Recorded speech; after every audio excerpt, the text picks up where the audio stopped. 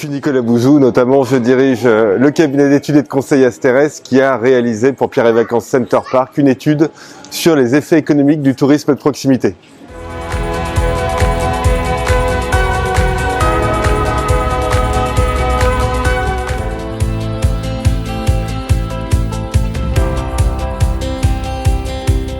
Alors le tourisme de proximité, nous on le définit comme étant un tourisme qui correspond à une zone géographique de 500 km entre l'origine des touristes et leur destination. Et ce qui est très intéressant, c'est que c'est un tourisme qui représente en France 40% des activités touristiques totales, dans un pays dans lequel le tourisme est très important. Et en fait, quand on regarde les choses attentivement, donc c'est ce qu'on fait dans l'étude, on voit des chiffres tout à fait spectaculaires.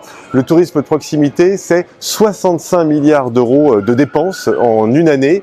Et si on ajoute à cela les effets indirects et les effets induits, on arrive à 100 milliards d'euros sur une année. Donc c'est tout à fait colossal. Mais vous avez des chiffres colossaux aussi si vous regardez les emplois.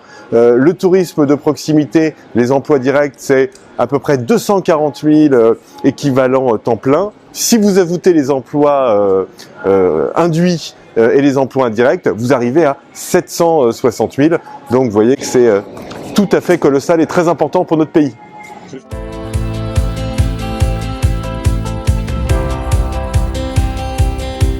Bien évidemment, il joue un rôle, mais ça va au-delà du rôle économique dont j'ai parlé.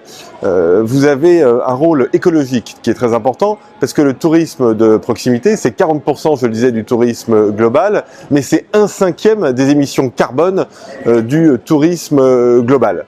Donc ça, c'est la première chose.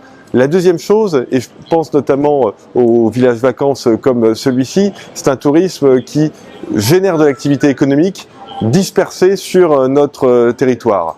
Dans une économie qui a spontanément tendance à créer de l'activité et à créer des emplois dans des métropoles, en réalité, ou dans des zones touristiques du littoral qui sont extrêmement tendues, eh bien, ce type d'infrastructure génère de l'activité dans des portions du territoire qui sont des portions où spontanément on n'a pas beaucoup d'activité économique. Donc vous voyez, il faut aller au-delà des chiffres macroéconomiques et regarder un petit peu comment les choses se passent dans le détail.